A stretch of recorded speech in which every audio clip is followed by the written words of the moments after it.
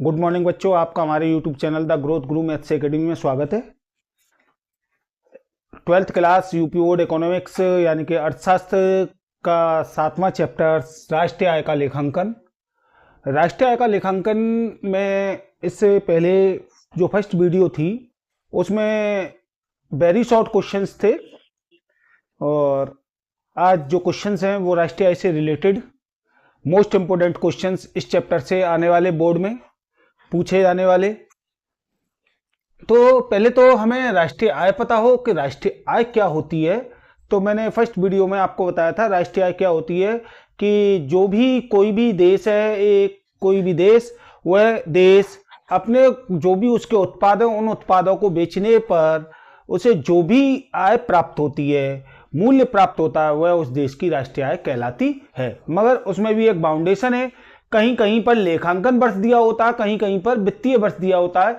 तो जो commercial students हैं, कॉमर्स वाले स्टूडेंट हैं, वो अच्छी तरीके से जानते हैं कि जिस वर्ष में एक वर्ष की अवधि में हम खातों को मेंटेन करते हैं, अपने खातों को मेंटेन करते हैं, उन्हीं को वित्तीय वर्ष और लेखांकन वर्ष कहा जाता है। ठीक, तो अब हम क्वेश्चंस की तरफ चलते हैं। देखिएगा, पहला क्वेश्चन है स्टॉक तथा प्रवाह में क्या अंतर है। स्टॉक और प्रवाह, स्टॉक का मतलब क्या होता है कि जो हमारे पास एक निश्चित समय में के बाद या निश्चित समय में हमारे पास माल या कोई भी चीज रखी हुई है, उसे हम उस वस्तु का स्टॉक कहते हैं। तो देखिएगा, स्टॉक किसी आर्थिक चर की वह मात्रा है। आर्थिक चर यानी कि जो पैसों में कन्वर्ट हो सकता है। आर्थिक चर की वह मात्रा है जो समय के किसी निश्चित बिंदु पर मापी जाती है। निश्चित बिंदु पर मापी जाएगी समय की।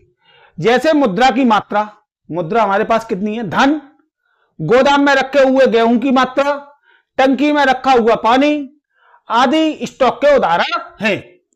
प्रवाह, प्रवाह किसी आर्थिक चर की वह मात्रा है जिसका संबंध समय की एक अवधि से होता है। एक अवधि से वो निश्चित बिंदु पर मापी जाती है और एक अवधि है, 6 महीने की अवधि हो सकती है, साल भर की अवधि हो सकती है, कोई सी भी एक अवधि है, निश्चित अवधि है ना। एक अवधि से होता है, जैसे निवेश, उपभोग, आय, नदी में जल आदि। स्टॉक और प्रवाह में अंतर। स्टॉक एक एस्थेटिक अवधारणा है, जबकि प्रवाह एक प्रावेगिक अवधारणा है। स्टॉक का कोई समय परिमाप नहीं होता, प्रवाह का समय परिमाप होता है। राष्ट्रीय पूंजी स्टॉक का उदाहरण है, जबकि राष्ट्रीय आय प्रवाह का उदाहरण है। राष्ट्रीय जो पूंजी होती है, किसी भी देश की जो पूंजी होती है, वो स्टॉक का उदाहरण होती है, और जो आय होती है राष्ट्रीय आय, वो प्रवाह का उदाहरण होती है।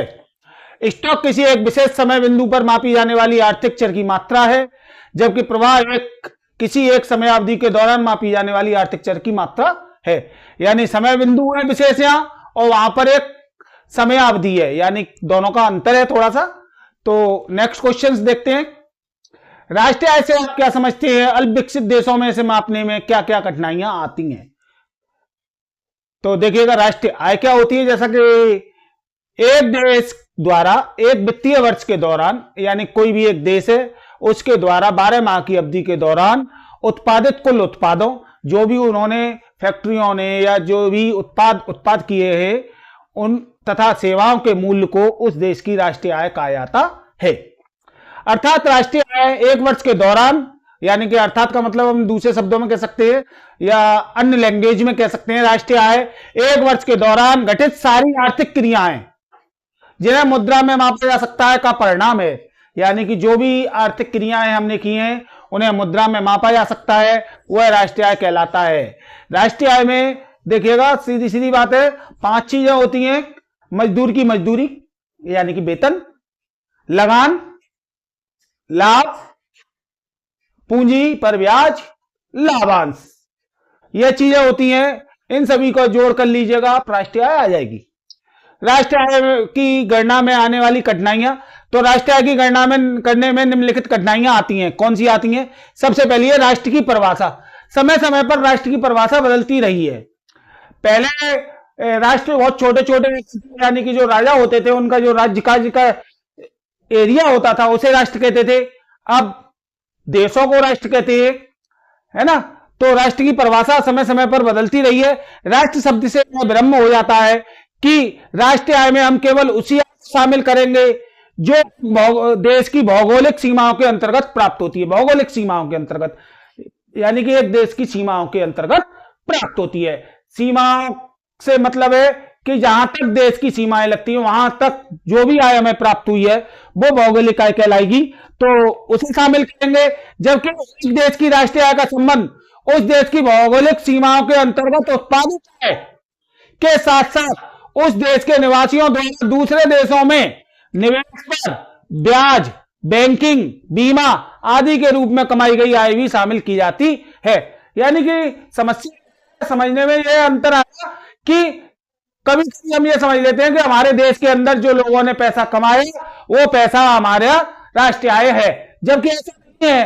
राष्ट्रीय आय के अंतर्गत जो देश में है उसके यदि हमारे देश के नागरिकों ने, हमारे देश के बासिंदों ने जो भी बाहर पैसा इन्वेस्ट कर रखा है उस पैसे पर ब्याज या बैंकिंग या कोई अन्य सुविधाएं से पैसा कमाया गया है, तो वह भी हमारा एक्सपोर्ट के माध्यम से भी जो पैसा कमाया गया है वो भी राष्ट्रीय आय में सम्मिलित किया जाएगा। दूसरा, विश्वसनीय आंकड़ों का अभाव। यह कंफर्म नहीं होता कि जो हमारे पास आंकड़े हुए हैं, जो हमें आंकड़े हैं हमारे पास, वो विश्वसनीय है या नहीं। ठीक, तो वही लिखेंगे राष्ट्रीय आय की गणना करने के लिए उपभोग, उत्पादन, बचत, निवेश, कार्यशील जनसंख्या आदि के संबंध में सही आंकड़े उपलब्ध होना अनिवार्य है। जब तक इनमें से सभी आंकड़े सही नहीं होंगे तो राष्ट्रीय आय हमेशा सही नहीं आएगी। परंतु अल्प विकसित देशों में बहुत से उत्पादक अपने उत्पादन की मात्रा और मूल्य के संबंध में नहीं रखते, यानी कि कितना उत्पादन करें और कितना माल बेचा, कितना बचा, उसका कोई लेखा ही नहीं रखते, तो आंकड़े कहां से शुद्ध आएंगे।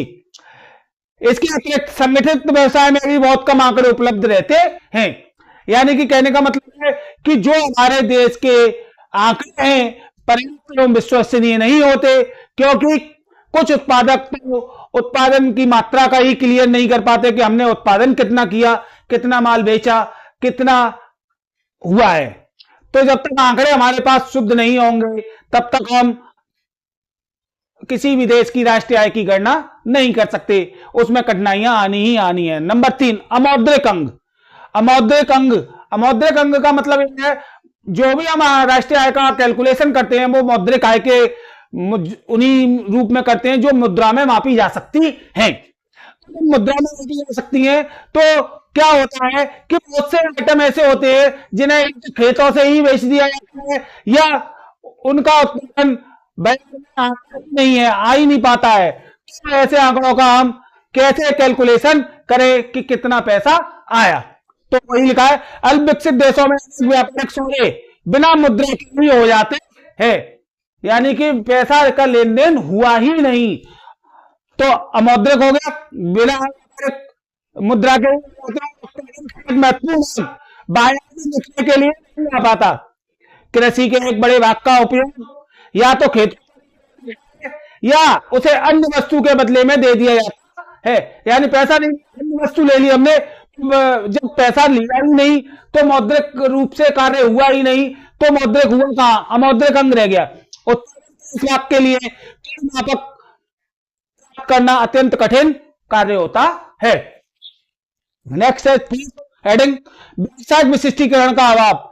जो विशिष्टीकरण है, यानी कि विशिष्टीकरण के अंतर्गत हम नहीं क्लियर कर पाते कि व्यवसाय में कौन सी आय कृषि और कौन सी आय औद्योगिक आय है विशिष्टीकरण के कारण।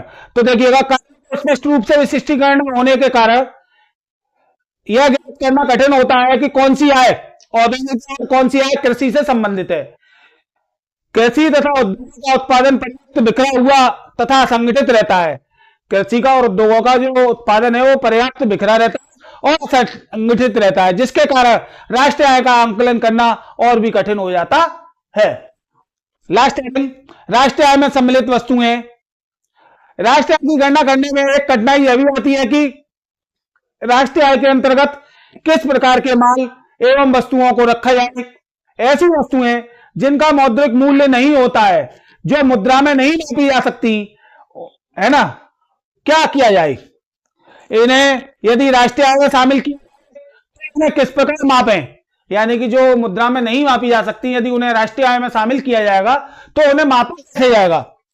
मापें। इसके अतिरिक्त इनके संबंध में सांख्यिकीय सामग्री उपलब्ध नहीं हो पाती है, यानी इनके संबंध में जो हमें पर्याप्त सांख्यिकी चाहिए, डाटा चाहिए, जो भी इनकम चाहिए, वो भी क्लियर नहीं हो पाती है। तो राष्ट्रीय आय में जैसा कि क्लियर है कि लेखांकन वेतनमान शामिल किया जाता है, आपके दूसरा लगान शामिल किया जाता है, पूंजी पर ब्याज शामिल किया जाता है, लाभांश शामिल किया जाता है। तो राष्ट्रीय आय क्लियर, और राष्ट्रीय आय को मापने की जो कठिनाइयां आती हैं वो। यदि वीडियो पसंद आई हो तो लाइक, सब्सक्राइब एंड शेयर करें। Thank you.